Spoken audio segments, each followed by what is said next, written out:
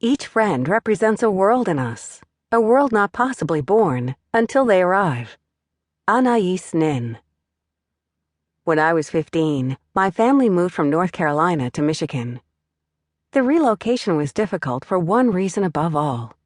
I had to leave behind my friends. For the first few months at my new school, I was a puddle of tears as I attempted to connect to other kids, but didn't feel I could truly be myself.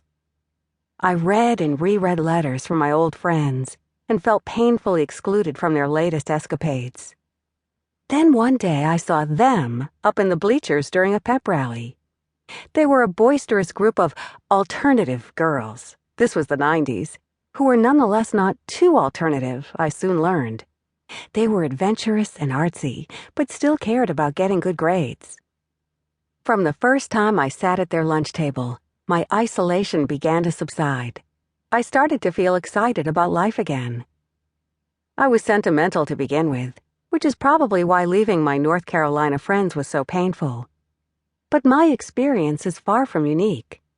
Friendship is a crucial facet of life, and not just for melodramatic teenage girls. During the 8 years I worked at Psychology Today magazine as a writer and editor, I noticed a steady increase in scientific findings about friendship. Study after study pointed to its surprising benefits. Who knew that friendship could be so good not only for one's mood, but for one's health? Solid friendships can help you shed pounds, sleep better, stop smoking, and even survive a major illness. They can also improve memory and problem-solving abilities, break down prejudices and ethnic rivalries, motivate people to achieve career dreams, and even repair a broken heart. Yet very few of the many social science and self-help books that crossed my desk covered all of these aspects of friendship. Walk through the relationships section of any bookstore, and you will be overwhelmed with titles about finding and keeping a romantic partner or parenting a child. An alien perusing this body of literature might assume that lovers and families are the only relationships we humans have. Of course, we also have friends. We might think all of our traits and life decisions can be traced back to our genes or the influence of our parents or partners, but it has become increasingly clear that our peers are stealth sculptors of everything, from our basic linguistic habits to our highest aspirations. And while friendships are a staple in most of our lives, very few of us are fully aware of the effect friends have on our personal growth and happiness. The converse holds true, too. A person without friends will become unhappy or worse. Loneliness sends the body and mind into a downward spiral. A lack of friends can be deadly. Evolutionary psychologists theorize that friendship has roots in our early dependence on others for survival.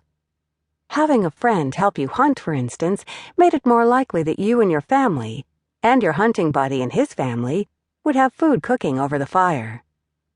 While most of us no longer rely on friends for house building or meal gathering, we still have a strong need for them.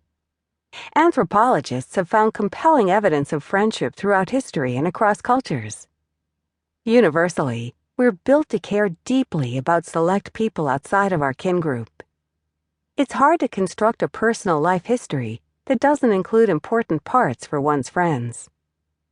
Now happens to be a prime time for increasing our awareness of how friends affect us. Friends are not just more important than you might think, they actually are becoming more important sociologically. In his 2004 book, Urban Tribes, journalist Ethan Waters posed the question, "Are friends the new family?" Waters entertainingly depicted city-dwelling buddies who relied on one another throughout their 20s and even 30s as they delayed marriage and found their vocational callings, a phenomenon of his class and age group. While big, stable tribes might not characterize most American social circles, people of all ages and from all areas of the country are relying on friends to fulfill duties traditionally carried out by blood relatives or spouses. The median age of first marriage is still rising.